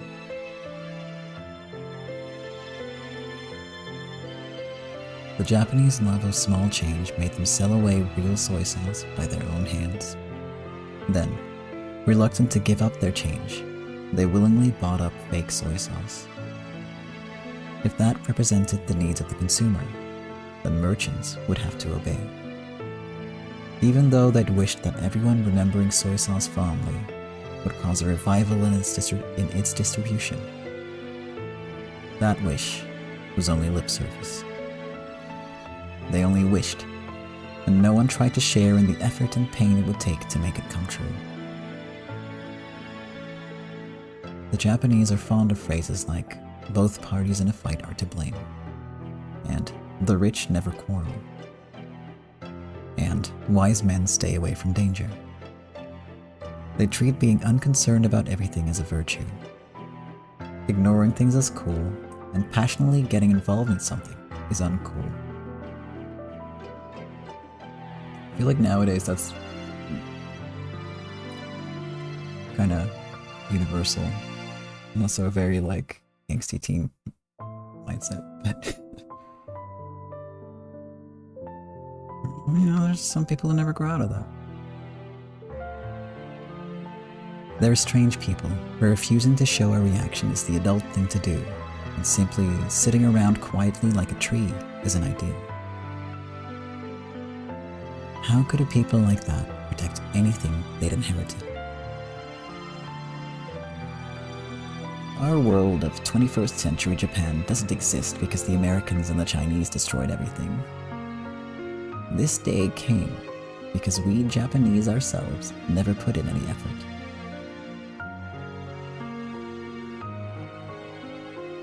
The soy sauce culture, which Madame Rose had tried to revive. Soy sauce fever. It was easily hijacked by a modest act of bullying by one. The city was still charged with soy sauce fever. True enough. The streets were filled with the wonderful scent of soy sauce, just as Rose wanted. However, it was all fake soy sauce, whose smell alone only barely imitated the real thing. The taste couldn't be faked. Everyone recognized the taste of fake soy sauce. However, no one tried to get real soy sauce. It was expensive after all. But even so, if everyone had shared in the burden, it should have been possible to return its prices down to its old level. And now, that dream had already been crushed. The miserable situation in Tokyo had left President Satomi deeply disappointed. Particularly painful was the shock to discover that they had sold real soy sauce to Chinatown and used the money to buy fake soy sauce.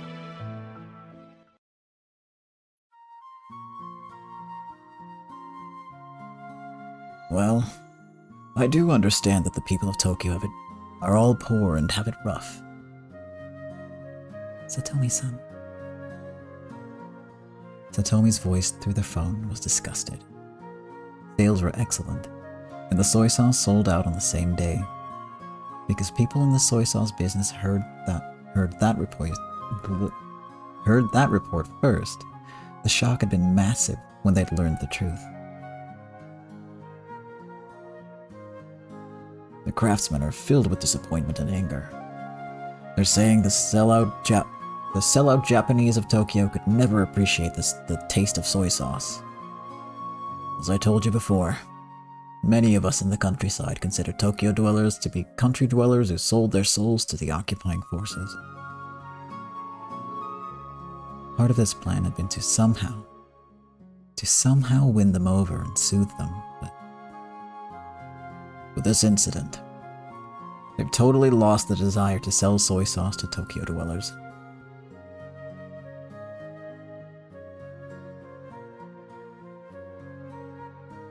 We should have waited until the people of Tokyo were more well off. It was premature. They could have made excuses like that. However, as someone who had been watching City 23 from the end of the war until today, Rose understood. Now was the only time. If it had been any sooner, no one would have had enough spare money to buy soy sauce. Improved wages had created that spare money. That is true. The poverty levels must have gone down a lot. So the idea that everyone's like dirt poor it doesn't really hold up. However, if they took their time, soy sauce culture would really fade out. It would be overwhelmed by the many food products released into the market by the occupying forces.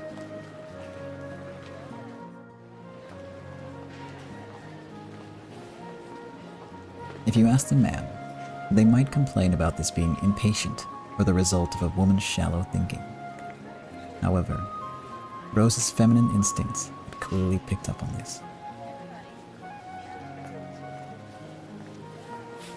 There was no time except now. If this failed, soy sauce culture would be lost forever.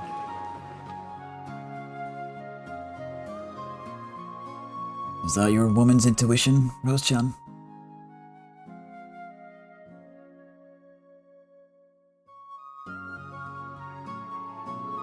I've picked up on a more certain sense of urgency, not something as vague as that.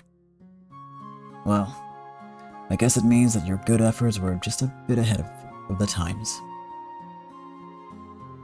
Just a bit ahead of the times. Yeah.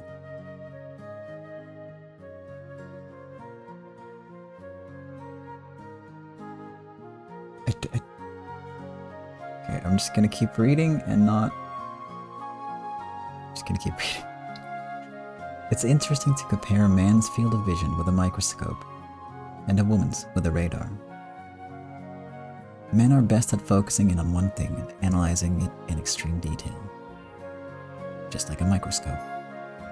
On the other hand, women have extremely wide ranges of vision, which stretch much farther than the naked eye can see, and which specialize in analyzing many things at once. I don't think that's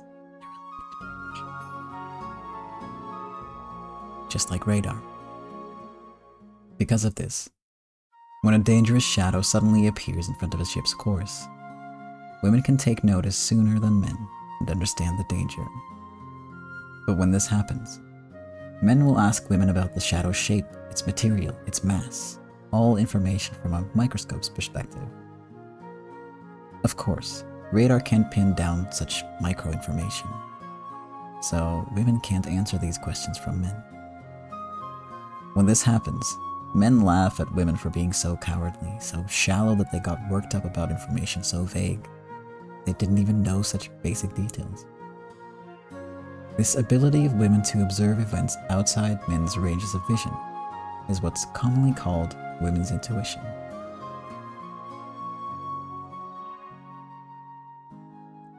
Unfortunately, it was probably hard for President Satomi, a man, to share Rose's vague sense of danger.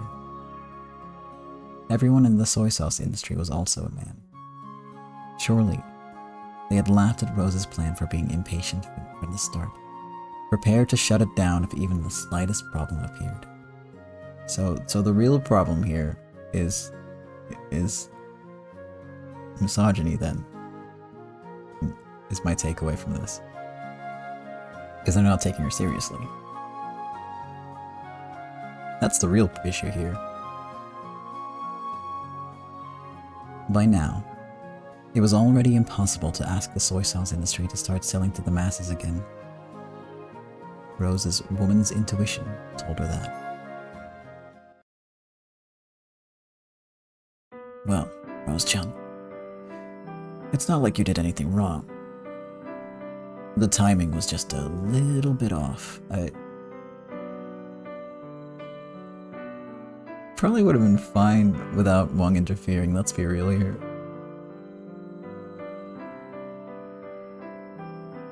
After I asked you to make such difficult changes, giving us a chance. I'm sorry. If anyone should apologize, it's me. You have nothing to apologize for. The people of Tokyo have made their decision. That's all there is to it. We decided, on our own, to choose a fake over the real thing. Satomi had probably been trying to soothe Rose by telling her that it wasn't her fault. However, those words made Rose feel an even deeper pain in her heart. Satomi explained that the soy sauce industry refused to cooperate any longer. They'd only just managed to rebuild themselves by selling through luxury channels. However, since all the soy sauce in City 23 had been gathered in one place, it was now rapidly spreading into the black market through Chinatown. That would slash the prices of high-grade soy sauce. The soy sauce industry had been hurt both as a luxury item and a consumer good. They were enraged, saying that their favor of switching to the consumer market been repaid with betrayal. The union says it'll stop production for a while, wait for the market price to rise again, and then return to its previous luxury good model. Even I owe a lot to the union. I ask a lot of them too. It won't be possible to cooperate any longer. Forgive me, Rose-chan. No. Thank you very much for your support, President Satomi.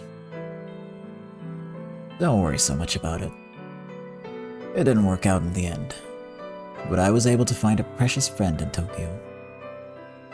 Also, though it didn't go well for you, the distribution through Tokyo turned out good for us. The soy sauce industry had been angered, but Satomi had profited considerably from the distribution route to Tokyo that Primavera had offered. His dream of making massive profits from that route had been crushed, but it certainly hadn't ended with Satomi losing out. When the time comes that I can help you in another way, most certainly will. Anyway, don't let it get you down. Feel free to drop by whenever you like. Okay. Thank you very much. Goodbye.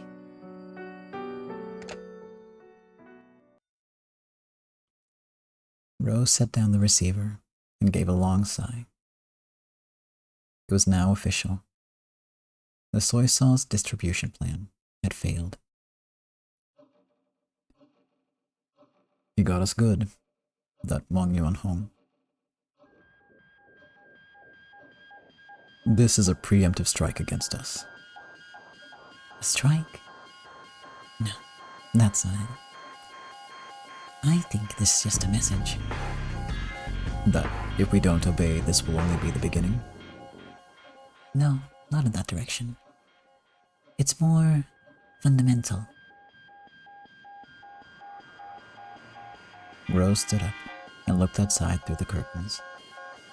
For a while, she gazed fondly out at the great river of exhaust fumes and asphalt, with cars crossing left and right. Let me hear your opinion. Claudia told me. She said there's more and more restaurants buying that Chinatown substitute soy sauce. We're in the middle of a soy sauce fever, after all. The food industry is seeing an unprecedented boom in foods using soy sauce. Demand is high. Even so, there are those who won't buy real soy sauce because it's too expensive. It isn't surprising that substitute soy sauce is selling so well. In that case, demand for substitute soy sauce would shoot up, and of course, it would be distributed more widely. The source of supply of substitute soy sauce is Chinatown. She said that, right now, the connections between the Japanese shopping centers and Chinatown distributors are expanding rapidly. In the past, Rose had tried to help the community of her countrymen by prioritizing businesses owned by them when making purchases. Most of her countrymen had supported this, and a firm Japanese colony had formed in City 23. Unlike anything you would see in Tokyo's other cities. However, if that had fallen apart, and foreign businessmen like the Chinese were being used more often again, then the big tree formed by the Japanese colony would dry up bit by bit from the roots, eventually drying up all the way to the leaves. It would go back to the society on the brink of destruction, with shops withering and getting bought by foreigners.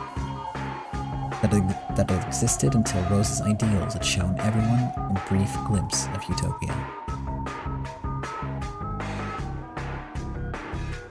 Right at the formation of the Primavera family, the people listened to our words, but it's only natural that their thoughts would gradually switch from ideals to profit. I've heard that they've avoided dealing with Chinese distributors so far, afraid of Primavera's eyes on them, but because of this fake soy sauce fever, that's all fallen apart at once. That's what Claudia says. At this rate, real soy sauce will be driven out. Driven out by that fake soy sauce. Hey, Claudia, tell me something. How can we get the people to choose real soy sauce over the fake stuff? How can we get them to understand that failing to do this means ending our soy sauce culture by their own hands? That's simple. There's only one way. We need to oppose it by lowering the price to be the same as the substitute soy sauce, and making the amount of supply the same too.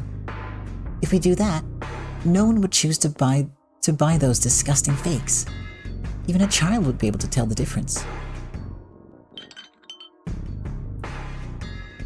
If we could bring that triple-priced soy sauce back to its old price. I know, if we could do that, then we could exterminate the fake soy sauce. Anyone could tell you that the real thing would sell then. Rose was no fool. She had looked into whether Primavera could provide financial support and lower the price until mass distribution cut the price down. However, the estimate had amounted to a massive sum. It had been a 10-year plan for mass distribution to lower the price. It would be completely impossible to subsidize soy sauce expenses to support the hundreds of thousands of Japanese consumers in the city over that period. Primavera did own the special offers windows, but nearly all of those funds had been returned as wages for laborers. Even so, it was true that they possessed considerable financial power, but it wasn't nearly enough to subsidize the flavoring that general townspeople used every day. There are no accurate records left, but it was estimated that the average Japanese individual consumed more than 10 liters of soy sauce per year before the shortage caused by the war.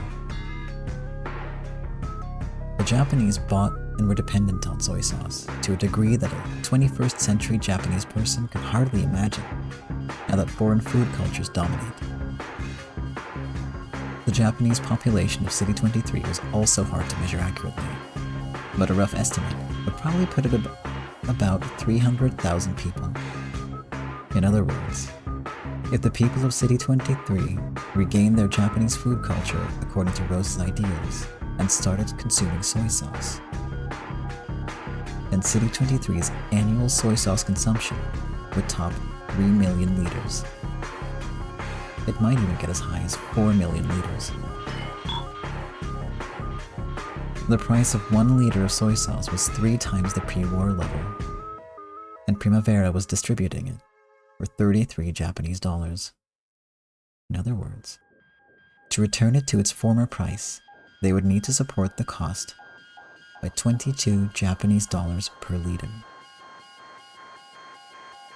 If we assume City 23's annual consumption is 4 million liters, they would need to offer this financial support of 88 million Japanese dollars per year, a number almost as large as the 100 million Caleb had gathered by strangling the whole city, would need to be paid every year for a decade. Even Rose was forced to conclude that this was unrealistic. However, that cost was shared among all consumers. It would be a small burden. If a single person consumed 10 liters per year, the individual burden would only be 220 Japanese dollars per year. With the recent wage improvements, that was about half a day's wage. That's insane, actually. I mean, I know it's per year, but...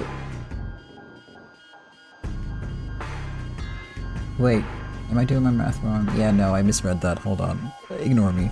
Just moving on.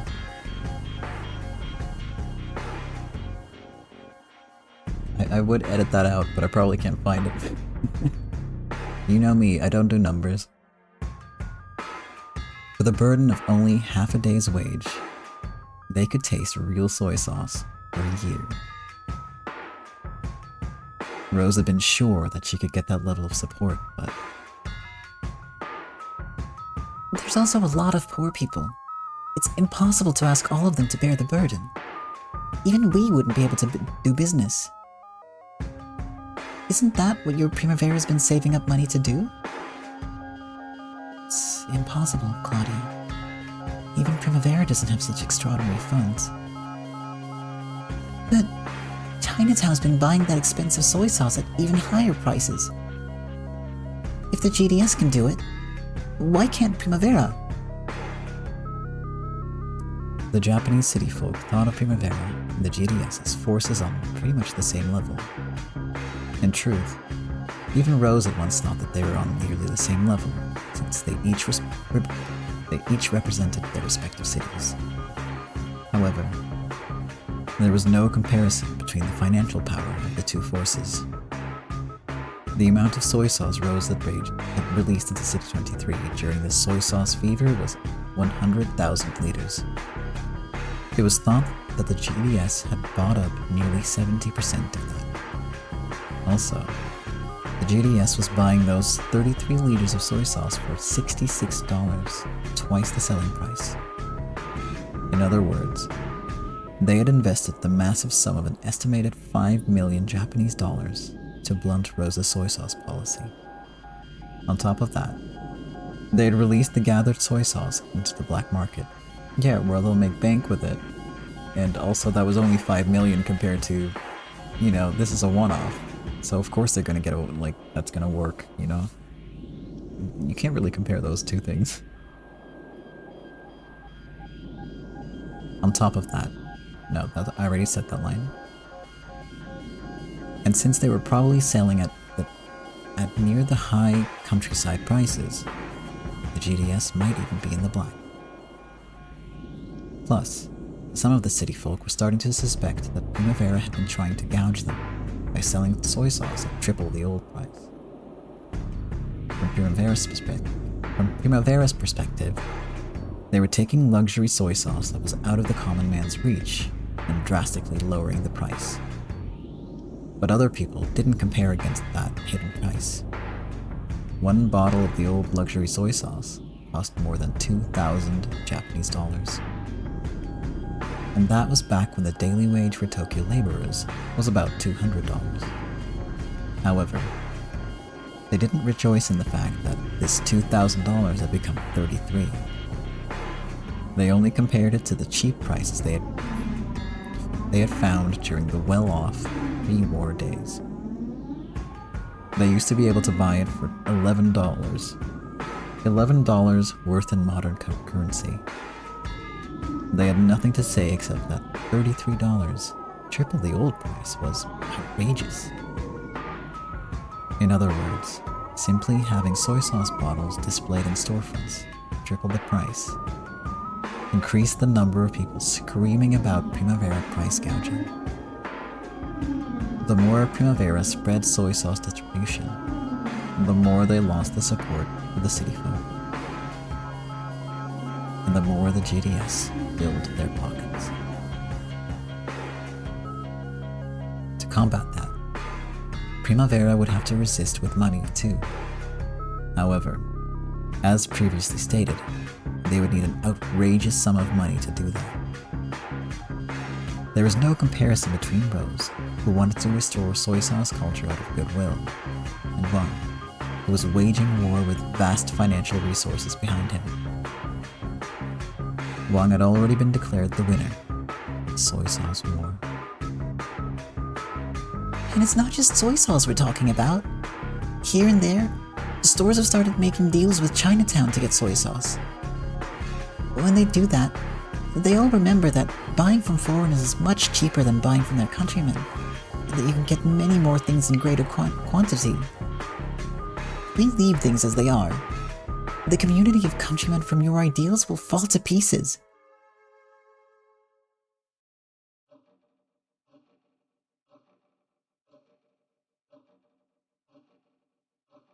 The idealistic desire to prioritize deals with our countrymen gave rise to a brief utopia.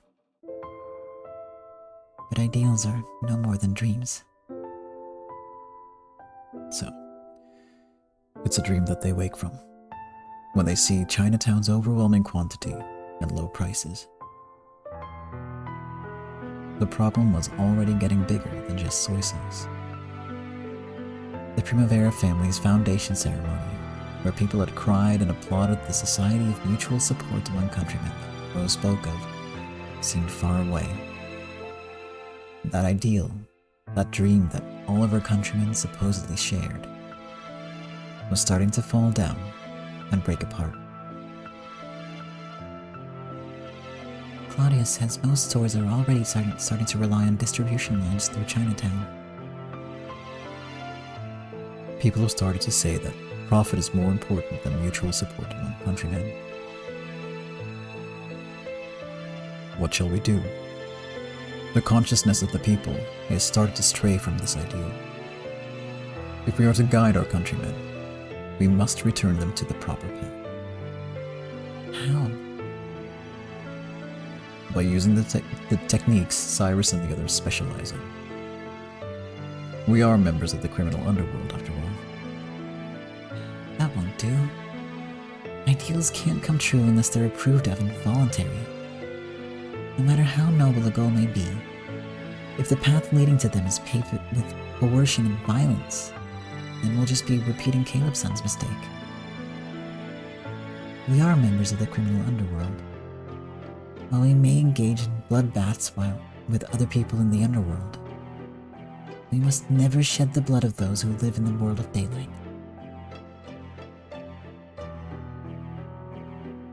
So, you're saying there's nothing we can do?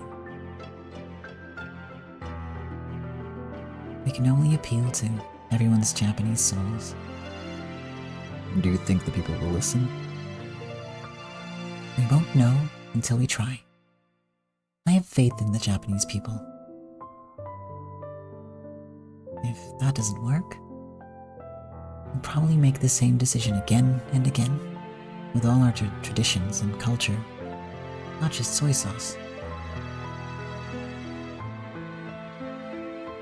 Is there any way I can help?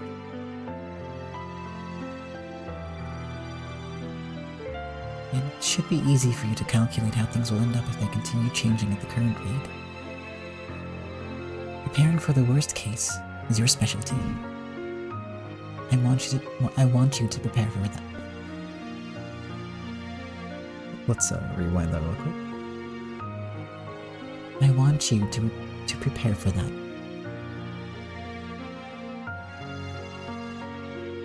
Understood.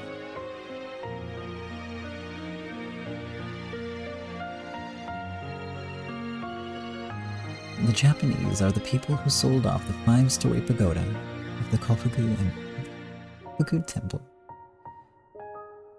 which had over 1,000 years of history, for just 250 yen. This was during the Meiji era, so that 250 yen wasn't exactly the same value as modern currency. Even so, it can hardly be called a fitting price for a building with a history over a millennium long. 250 yen. This is a historical tower which, later on, was named as a national treasure. It became part of the cultural assets of the old capital Nara in 1998, and it was even added to the World Heritage List. And that was the price they sold it for.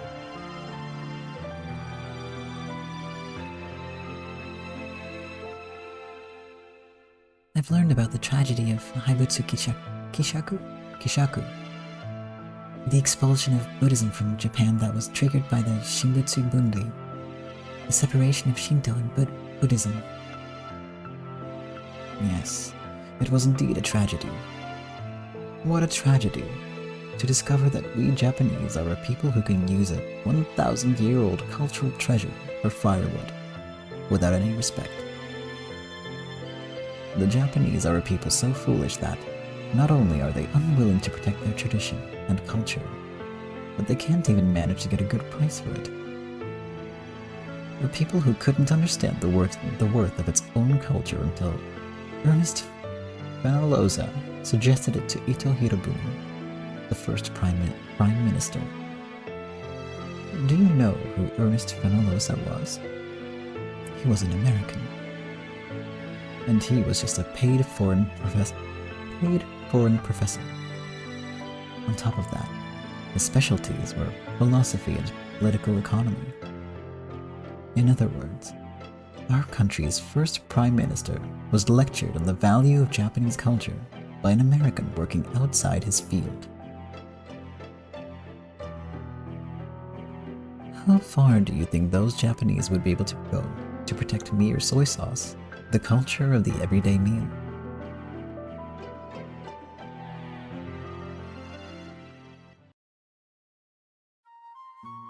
Julie couldn't answer. After all, soy sauce culture had been completely wiped out in 21st century Japan. Because we didn't protect our culture. It was destroyed. Because we liked fakes we could get for cheap more than our culture. It was destroyed. And this isn't like some animal that went extinct billions of years ago. Just a few decades ago, we stood aside as a culture spanning 1,000 years was destroyed and let it die. As a matter of historical knowledge, Julie knew this, of course. She knew that soy sauce had a history far more than 1,000 years long. Even when faced with President Satomi's practical declaration of defeat, Madame Rose didn't give up. She didn't give up on using soy sauce culture to bring unity and prosperity to the community of her countrymen by bringing it within everyone's reach. And she continued to make her case to everyone. Madame Rose stood in the street and appealed to the city folk. Soy sauce was a bit of precious culture that the Japanese had to protect. If they let that be destroyed, then they would end up losing other parts of their culture too. However, no one listened to her words. On the contrary, some people called out insults to her, saying she was trying to gouge people with soy sauce. Real soy sauce, which no one took. And off to the side, the fake soy sauce that sold like crazy, even though everyone should know that it didn't taste right. However, no one felt like paying 3 times the money for something as intangible as taste. Even though people could buy it for just $22 more, no one did. They might buy it once as a souvenir, but they wouldn't buy it again. On the contrary, the city folks sneered, saying that they'd probably start selling it for cheap once it passed the best if used date. If only one of them had a little of the range of vision or ability to see the future that Rose had. But of course, none of them had that vision. That was why Rose alone could be Madame Rose, the one who guided her countrymen. Her cries didn't reach any of her countrymen. The cries of her heart were not understood.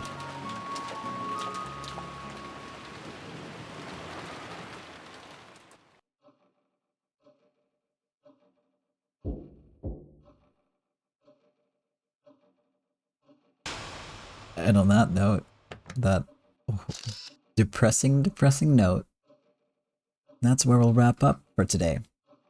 And, yeah. That's, yep.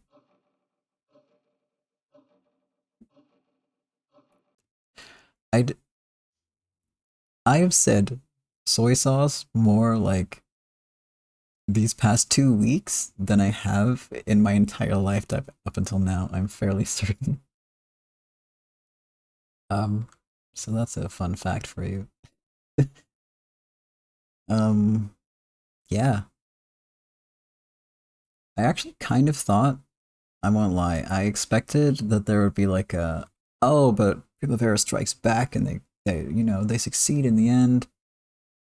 Despite all the foreshadowing that was not going to happen, mind you. Because there's Yeah, we literally have the future perspective from Jean and Julie, and yeah, no, it didn't work. That's basically clear already. Like, it's kind of a foregone conclusion that it doesn't work, and I still somehow thought, no, Rose can do it. She'll figure something out. No, no. But sometimes you gotta fail at something and then do better at something like the next thing you try. So hoping that that's the case here. Fingers crossed. It might get worse before it gets better as well. So, well, I guess we'll find out. I guess we'll find out.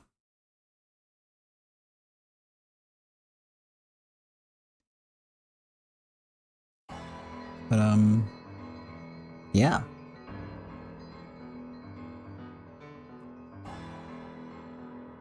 Outros. Outros. I know how to do an outro. Yes, no, okay, yeah. This has been another episode of Rose Guns Days. Thank you for watching as always. I really appreciate that.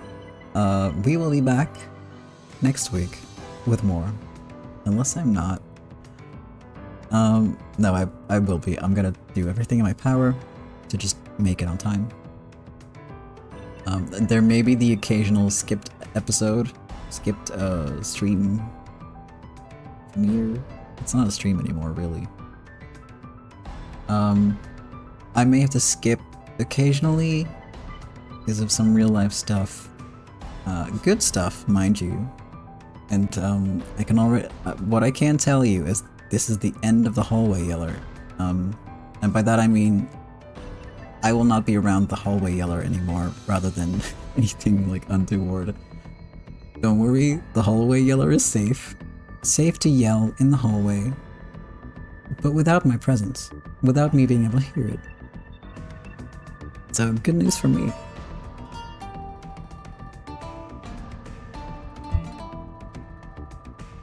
It's the end of the hallway yeller isn't like that chapter of my life. The hallway yeller chapter is ending. So you can imagine that moving to another place is gonna take up some time. So I may have to skip an episode here and there. Because I'll be busy. Busy packing. But it should be okay for the most part. I don't really expect a lot of trouble. But yeah, I'll do my best. I will announce in the Discord, you know, when an episode is skipped.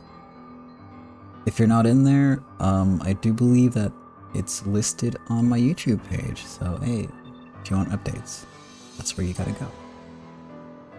Anyway, on that note, I'll be back next week. And trying to rack my brain for anything else I need to say, but no, that's it. I'll be back next week with a new episode, and should be a good one. I have no idea what's gonna happen. I'm excited. In the meantime, again, thank you for watching. I really appreciate it. Nope, that's my old thing that I used to repeat to the point where it's basically muscle memory now. Doesn't apply anymore because I'm not streaming anymore. You right there, right now. Thank you for watching. I appreciate it. I'll see you again next time. And in the meantime, have a good day, week, year. A good absence of people yelling loudly in your hallway. And thanks again for watching. Bye bye.